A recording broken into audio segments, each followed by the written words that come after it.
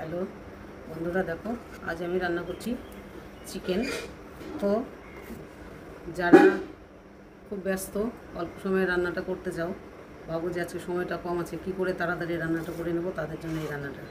তো আমি একসাথে আগে সমস্ত কিছু মেখে নেব, মেখে নিয়ে তারপরে রান্নাটা করব। দিয়ে দিচ্ছি এখানে 1 কেজির উপরে চিকেন আছে, দিয়ে দিচ্ছি কয়েকটা আলু, কয়েকটা রসুন, গোটা রসুন, আর এখানে দিচ্ছি খানিকটা পেঁয়াজ কুচি, রসুন, টমেটো আর বাটা মশলা। এখানে আছে আদা, রসুন, শুকনো লঙ্কা, ধনে, জিরে একসাথে পেস্ট, ওটা দিয়ে দিচ্ছি। এরপর এতে দিয়ে দিচ্ছি পরিমাণ মতো হলুদ,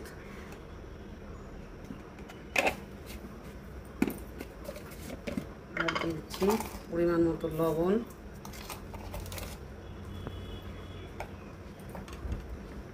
আর দেবো খানিকটা সর্ষের তেল। প্রথমে এগুলোকে আমি ভালো করে মেখে নেব। এবার সমস্ত মশলা দিয়ে মাংসটাকে মাখিয়ে নেওয়া হচ্ছে।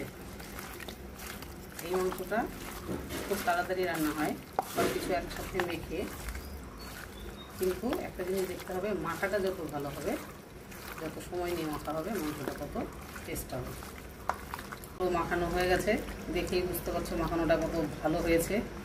এখানেই কিন্তু মোটামুটি 20% কুকড হয়ে গেছে, বাকি 80%-এর মধ্যে 40% হবে কষাতে কষাতে, বাকি 40% হবে ঝোলে জ্বালবে।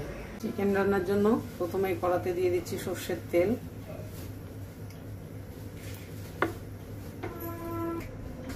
এতে ফোড়ন দিয়ে দিচ্ছি। আমি গরম মশলাটাকে একটু ফাটিয়ে রেখেছি, এলাচটাকে, গোটা গরম মশলা, তেজপাতা, শুকনো তেজপাতা আর গোটা জিরে দিচ্ছি, কুচানো পেঁয়াজ,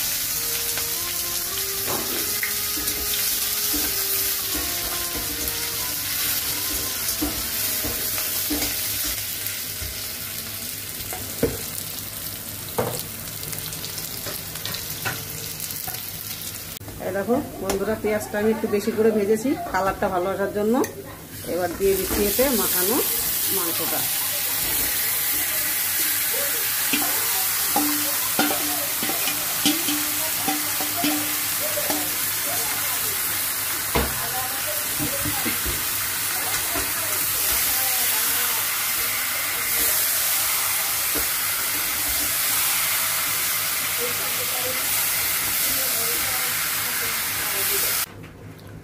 এই যে বন্ধুরা,